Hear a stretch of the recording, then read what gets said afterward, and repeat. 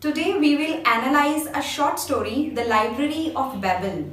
This story is a kind of puzzle that we will try to solve. This is written by Argentine writer Jorge Luis Borges. He was an essayist, a short story writer, a poet and a translator. His writing style is different from all others. He was one of the founders and principal practitioners of postmodernism. Illusion is the most important part in his fictional world. This story is typical of Borges' style. It has little plot, little characterization and little conflict. His stories are known for the novelty of ideas. He wrote this story when he was working as a librarian in the city library. It was published in 1941. The story is told in first person point of view by one of the librarians working in that vast, perhaps infinite library. Now this story is actually an allegory. I hope you all know what is an allegory. An allegory is any piece of work which has two meanings, a surface meaning and a hidden meaning. We will analyze both the meanings, but first of all I would like to tell you something about the title of the story. The title of the story is The Library of Babel, as I have already told you. But the interesting thing is this word Babel, he has not used this word even once in the story. Then why he has used this word in the title? There is a biblical story behind it. According to that story is mentioned in Genesis, and according to that story, the descendants of Noah were living in an area in Babylon. They settled in a land named Shinar. And the population was growing and they spoke the same language. So they decided that they should build a tall and proud symbol of how great they have made their nation. They decided to build a tower that could reach the heaven, so that they could be same as God and then they would not need any God. So they started building their tower, but God was not happy with this pride and arrogance of his people. So he made them speak different languages so that they could not communicate and they could not work together to build their tower. The tower was named the Tower of Babel. Babel means a kind of confusion. So this story is a kind of reminder that one must obey the orders of God and one must not try to build a successful but godless world, because that's impossible. And why he has used this word Babel in the story? Because in the library there were many books that belonged to different languages. So he has referred to this biblical story in his short story, The Library of Babel. Now we will discuss the structure of the library. The library housed all the books that ever written or yet to be written. The books were ordered non-hierarchically, means all the volumes were equally important. There were innumerable hexagonal rooms. In each room, 4 walls were taken up by bookshelves, and on the remaining walls there were small nooks on which even readers could sleep. Then there were spiral staircases in all the hallways that would allow the readers to travel in all the rooms above and below. And in all the hallways there were mirrors. But the interesting and confusing thing about the library is that the books were highly ordered, but they were practically unintelligible. In each bookshelf there were 5 shelves, and in each shelves there were exactly 32 books.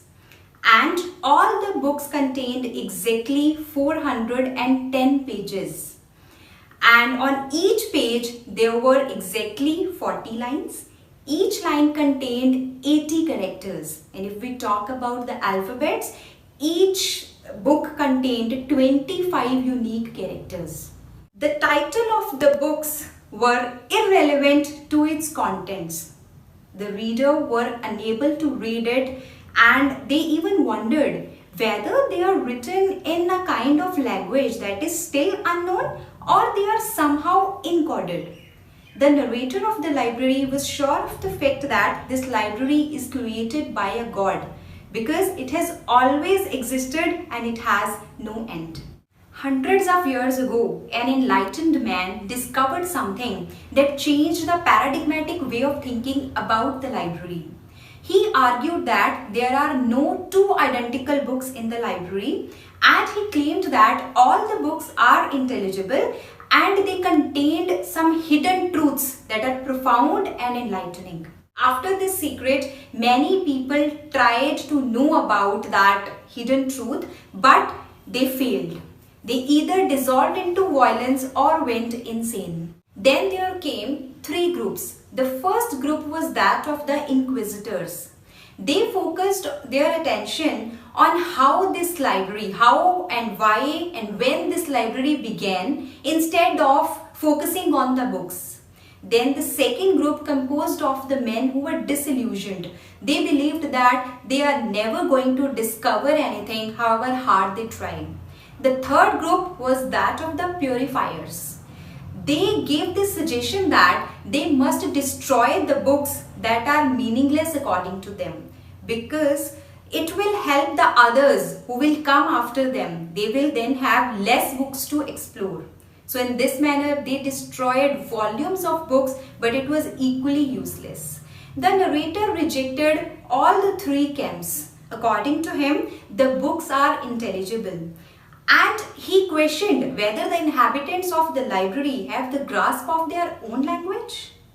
He stated that the library will be there always, even if there will be no one left to explore it. Now, what is the symbolic meaning of this story? The library is used as a metaphor for the universe in which we live. The universe which is highly ordered. The universe in which everyone is equal. And the librarians, they are human beings who try to make sense of all the complex mysteries of the universe. The message that he wants to convey is that the library is infinite and the universe is vast and more complex than human beings can fathom. However hard we try to make sense, however hard we try to simplify it, to explain it, we can never grasp it. And we human beings have the ability to destroy and preserve the parts of the universe. The mirrors that he has used, the mirrors that he has referred to in the library also have symbolic importance. However, he has not focused much upon the mirrors. Mirrors are meant to duplicate perfectly, but they actually present the exact opposite of whatever exists on the viewer's side. And when many mirrors are faced together, they create an illusion of infinity. The same thing is taken up by Borges in this, and he indicated towards a confusion whether the library was really infinite or perfectly duplicated books existed there. This is a mystery. In the same manner, the universe is a mystery. So this story states that universe holds transcendental meanings that we human beings can never grasp. Thank you.